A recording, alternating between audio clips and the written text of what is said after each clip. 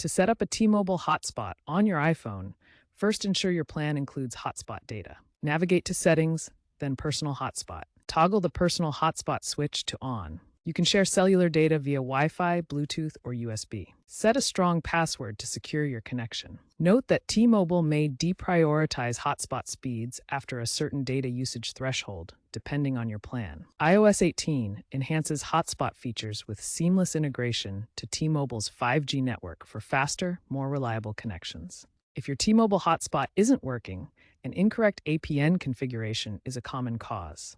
Typically, iPhones auto-configure APN settings, but sometimes manual configuration is needed. For manual configuration, go to Settings, then Cellular Data Options, and finally Cellular Network. Here, set the APN to fast.tmobile.com. Leave the username and password blank.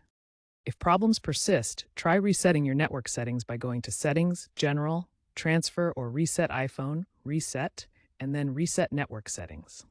In the event the problems continue after resetting settings, consider contacting T-Mobile support for assistance.